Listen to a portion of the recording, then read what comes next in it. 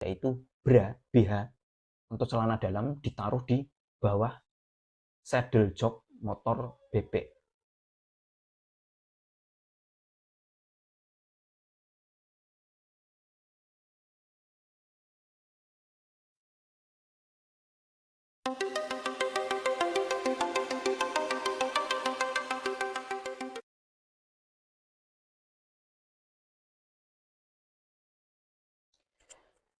Ketemu lagi di episode 2 program yang sangat spektakuler ini, yaitu The Science of Dagel, cara belajar menjadi orang humoris atau orang lucu. Banyak dari kita yang pengen guyon atau bercanda, tapi ujung-ujungnya malah jatuh nyungsep, dibully orang sedunia, dan bahkan kadang-kadang itu sampai ke berurusan dengan polisi karena terkena UU ITE.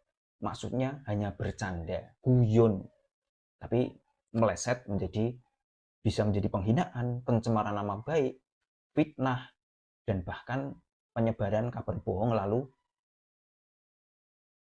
diciduk oleh petugas polsek atau polres terdekat. Yang seperti ini sangat umum di kalangan pengguna media sosial pada masa ini karena pengennya itu bercanda, ngeprank, tapi karena tidak tahu bercanda atau ngeprank itu apa, maka tingkahnya menjadi kebablasan dan dia mendapatkan apa yang sama sekali tidak diharapkan. Oleh karena itu, salah satu tujuan kita belajar untuk menjadi orang yang humoris, komedi, dan lucu adalah untuk ini. Salah satunya yaitu kalau kita pengen guyon, kita tahu batasan mana yang guyon dan mana yang tidak. Dengan demikian, maka yang kita lakukan sebagai guyon itu ya memang akan menjadi guyon dan bukan malah menjadi tambahan persoalan di sela kisah cinta kita yang sudah ruwet dan rumit bukan main. Bagaimana sesungguhnya kita harus berhumor. Nah, ini tips kedua dari sambungan episode kemarin. Hari apa saya lupa. Dimana itu sudah ada tips pertama, yaitu kalau ingin jadi orang yang humoris itu kita harus mendekatkan diri lebih dekat ke urusan humor. Nah, sekarang tips yang kedua, saya menggunakan pendapat atau opini dari Rowan Atkinson. Tahu ya semua, Rowan Atkinson itu tahun 90-an, 2000-an awal itu terkenal sekali lewat perannya sebagai Mr. Bean, dan dia memang dalam sebagian besar karirnya itu bermain di film genre komedi, di mana dia tidak hanya bermain tapi ikut menjadi penulis, kreator, dan juga produser. Menurut Rowan Atkinson, sesuatu disebut mempunyai efek komedi berdasarkan 3 persyaratan. Yang pertama, berada di tempat yang tak semestinya. Berada di tempat yang tak semestinya. Yang kedua, bertingkah laku dengan cara yang tidak biasa. Itu yang kedua. Dan yang ketiga, berada dalam ukuran atau kapasitas yang salah atau keliru. Bagaimana contohnya? Misalnya, yang pertama, berada di tempat yang tak semestinya. Ini misalnya dulu teman saya ada yang pernah menaruh satu benda di tempat yang tidak semestinya, yaitu bra, BH untuk celana dalam ditaruh di bawah saddle jok motor bebek. Pernah lihat ya, tahu ya, punya motor bebek pasti tahu. Saddle jok motor bebek itu strukturnya kayak apa, dimana kalau kita mau mengisi bensin di SPBU atau di kios bensin pinggir jalan, itu pasti saddle-nya kita angkat dulu, baru kita putar, tutup tangki bensinnya. Nah, waktu itu teman saya ngeprank meletakkan sesuatu yang tidak pada tempat semestinya, yaitu pakaian dalam underwear di bawah saddle jok motor bebek. Pasti bisa mengira apa yang kemudian terjadi dan diinginkan oleh si teman saya itu. Betul.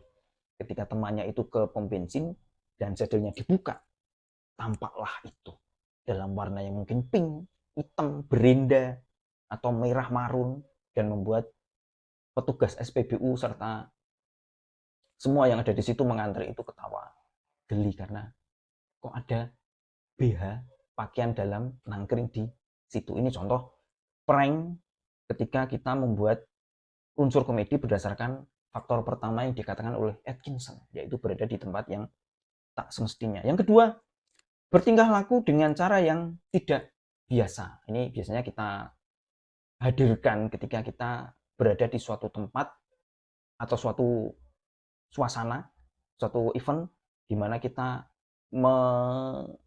bertingkah laku yang tidak cocok dengan situasi dan kondisi acaranya. Misalnya kita dipercaya menjadi pembawa acara dari perapat atau kumpul-kumpul bapak-bapak RT atau ibu-ibu PKK RT RW. Dan kita membawakan acara tidak dengan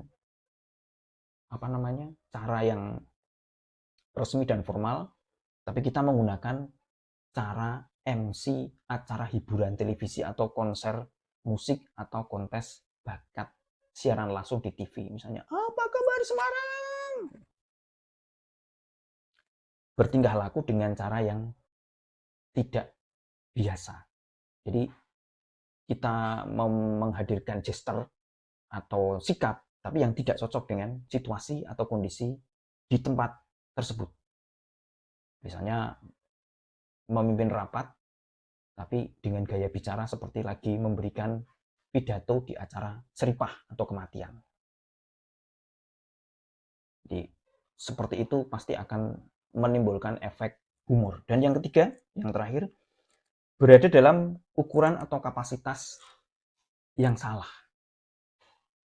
Misalnya kita menyebut jumlah orang itu biasanya dengan kata orang. Kelas ini terdiri atas 30 orang atau 30 murid. Tapi kita ganti kata sebutan jumlah itu dengan kata lain yang tidak cocok.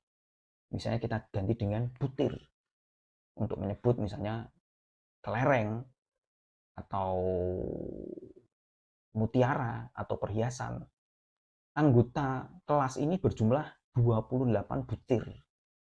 Sesimpel itu pasti sudah akan cukup menimbulkan efek humor yang membuat orang lain ketawa atau mangkel karena lawaannya tidak lucu. Dengan cara begitu teman-teman, paling tidak 3 prinsip itu sudah membuat kita tahu seperti apa toh humor itu. Jadi humor itu sebenarnya tidak asal kita membanyol atau melucu atau bercanda, tapi nanti kalau semakin kita masuk lebih dalam ke materi dari buku yang sedang saya jual ini, yaitu The Science of Dagel, yaitu di sini atau di sini atau di sini, kayak para tiktokers.